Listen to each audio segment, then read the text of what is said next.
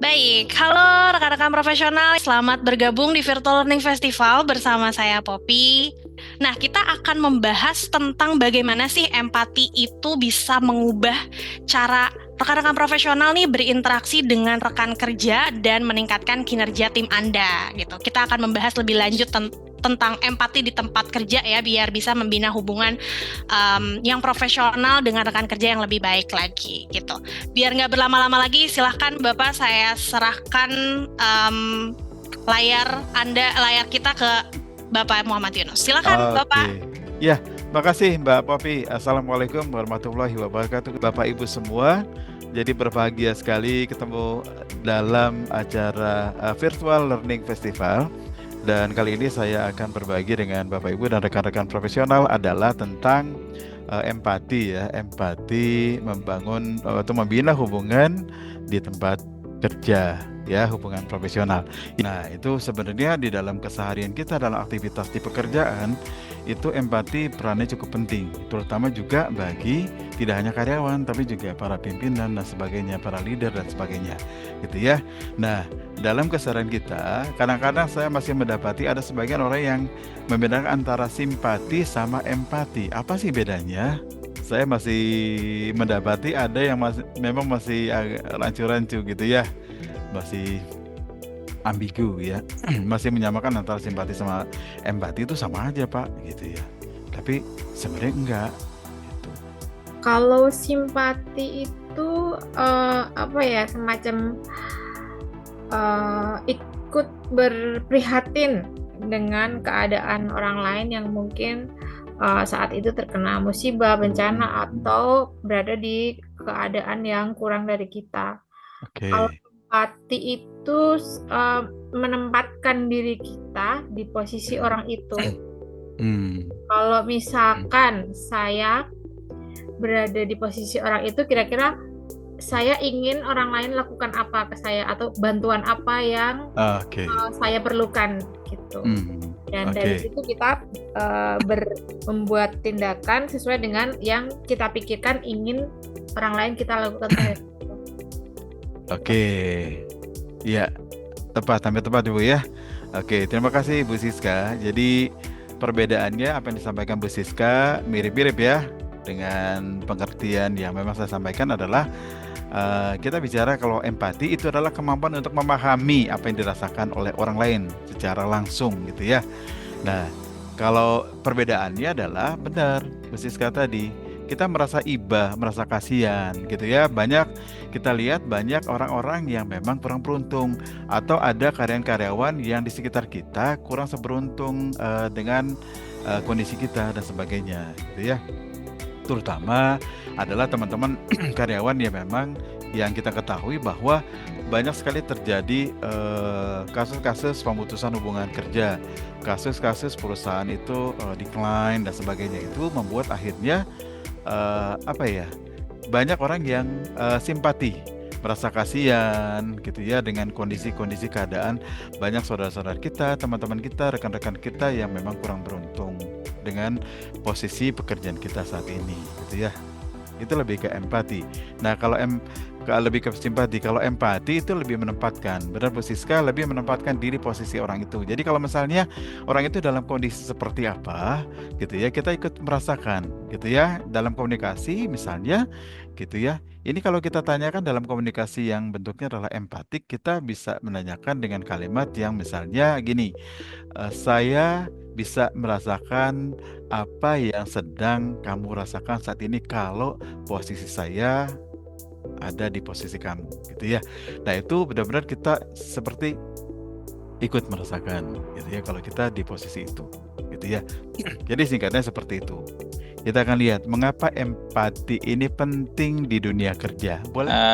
Kalau menurut saya mengapa empati penting di dunia kerja, terutama kita merasakan apa yang tim kita rasakan sih Pak, menurut saya. Jadi ketika tim kita sedang merasa kesusahan atau ada trouble di dalam karena saya di manufaktur ya, jadi ketika sedang mengalami kerepotan ya, kita merasakan bagaimana sih ketika kita berada di posisi mereka, terus kita bantu solusi apa yang bisa kita bantu untuk memecahkan masalah dari tim kita. Apakah itu minta support dari departemen lain atau tim kita yang lain untuk membantu bagian tertentu yang sedang kesusahan. Jadi biar sama-sama bisa jalan lebih baik lagi sih Pak. Itu menurut saya Pak. Oke, itu adalah itu ya, spirit togetherness ya. Oke, Ya, togetherness for success ya. Mengapa empati penting di dunia kerja? Kalau bagi saya penting banget. Gitu, bukan sekedar penting banget gitu ya. Karena unsur-unsur di dalam elemen leadership gitu ada empatinya, kecerdasan emosional ada empatinya, kemudian kemampuan komunikasi ada empatinya. Jadi semua empati itu juga ikut bersama yang lain gitu ya, saling memiliki hubungan yang erat gitu ya. Kita akan lihat sama-sama seperti apa kenapa penting di dunia kerja. Dapat menyelesaikan tugas dengan cepat. Karena apa? Karyawan kalau misalnya hubungan antar atasan bawahan, hubungan antar karyawan itu punya empati yang baik sehingga mampu untuk menyelesaikan tugas. Cenderung untuk mampu menyelesaikan tugas dengan cepat untuk meningkatkan kepuasan gitu ya. Yang kedua adalah karyawan saling memotivasi, tidak berpikir menciptakan lingkungan yang toksik gitu ya. Karena kalau saya masih mendapati bahwa masih ada praktek-praktek yang namanya diskriminasi, praktek-praktek yang namanya unfairness, praktek-praktek yang namanya tindakan-tindakan bullying di kantor dan sebagainya. Banyak sekali yang membuat akhirnya terutama yang Gen Z ini ya biasanya mereka cenderung untuk pindah atau nggak betah atau dan sebagainya, beda sama generasi yang memang teman-teman yang generasi X gitu ya, ya bang, daya juangnya, spiritnya, endurance-nya atau survival-nya gitu ya, itu beda dengan adik-adik kita yang Gen Z gitu ya. Oke, yang lainnya adalah bagi karyawan baru penting ya. Karyawan baru biasanya adalah tanda kutip itu biasanya ada masa perpeloncoan. Saya bilangnya adalah masa-masa kalau karyawan baru di bawah 1 tahun, masa-masa bulan madu. Ada yang masa-masa lagi disayang-sayang, setelah itu ya siapa kamu gitu ya dan sebagainya.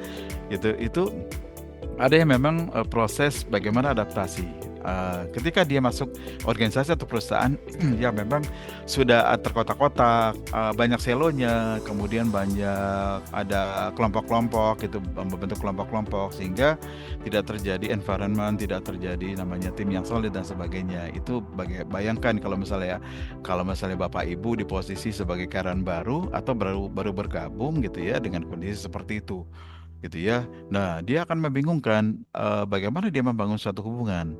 Dengan rasa empati itu membantu dia untuk bagaimana cepat beradaptasi dengan lingkungannya sehingga dia mudah beradaptasi tidak hanya lingkungan tapi juga dengan pekerjaan barunya.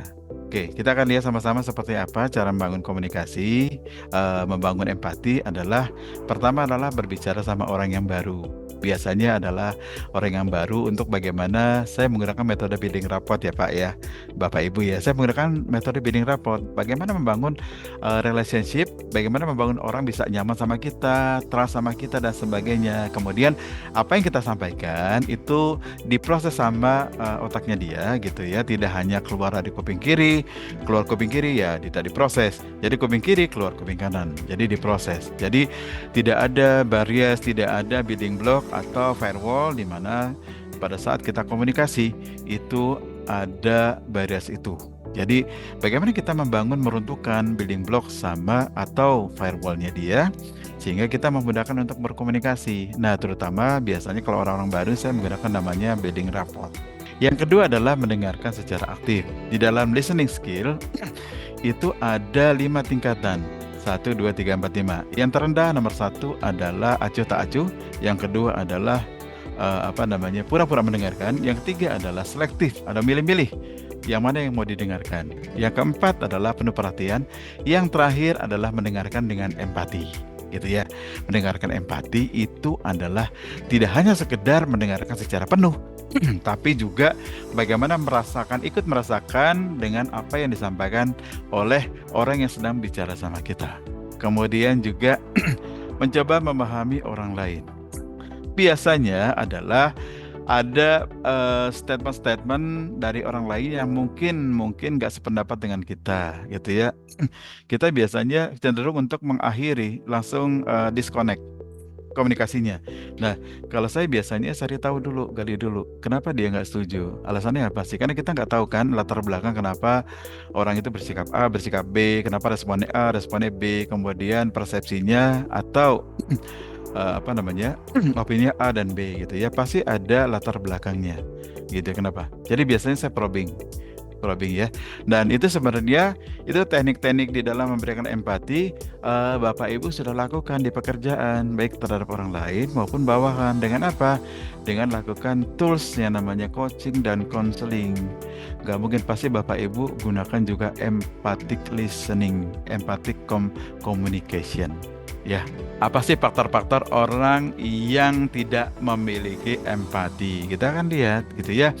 Apakah di sekitar Bapak Ibu, apakah baik di kantor atau lingkungan rumah atau lingkungan sosial, apakah ada faktor-faktor penyebabnya orang tidak memiliki empati?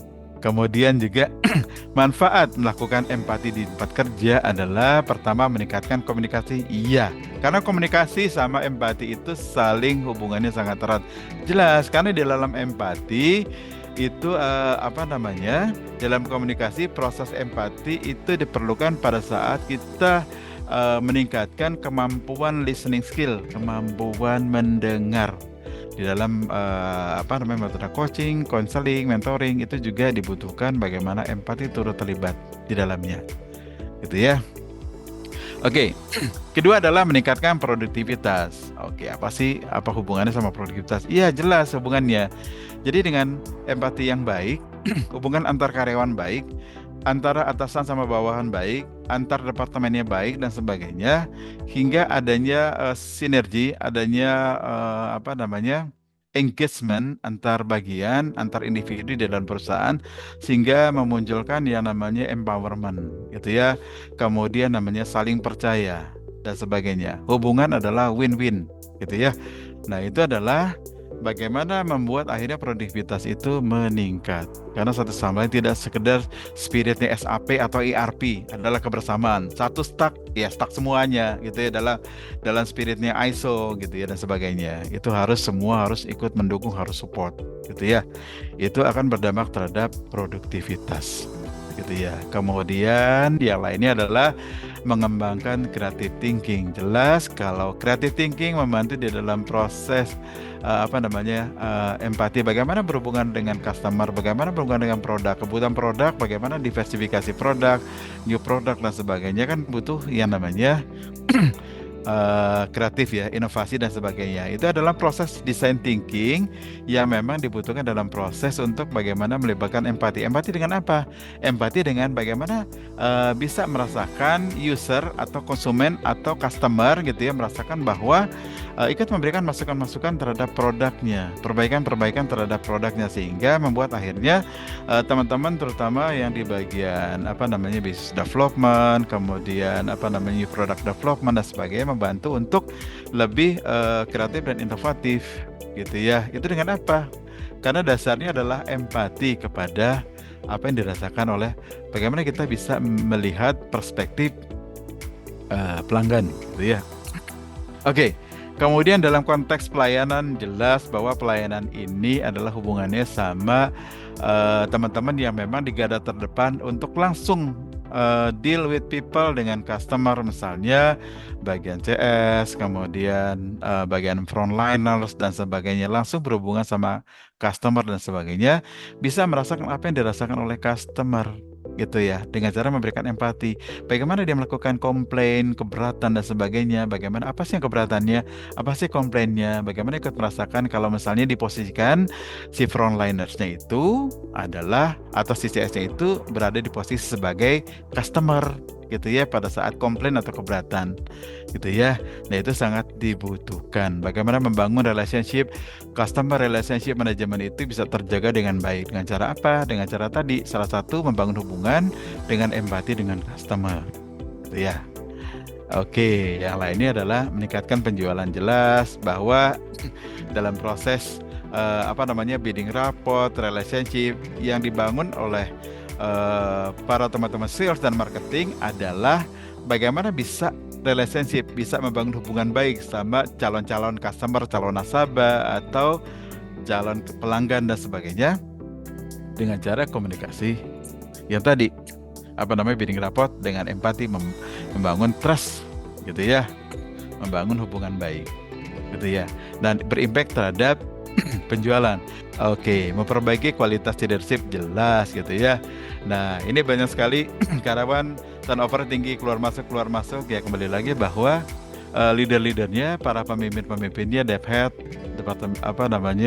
kepala division dan sebagainya tidak memberikan hubungan, membangun kepercayaan, menggrab empati dari bawahan dan sebagainya ya. Jadi dengan empati adalah memperbaiki kualitas, sekaligus juga meningkatkan kompetensi leadershipnya dia ya, dari sekedar instruksi aja, tugas saja, meningkat menjadi hubungan emosional, membangun kepercayaan, bagaimana juga membentuk suatu becoming role model, jadi sebagai contoh.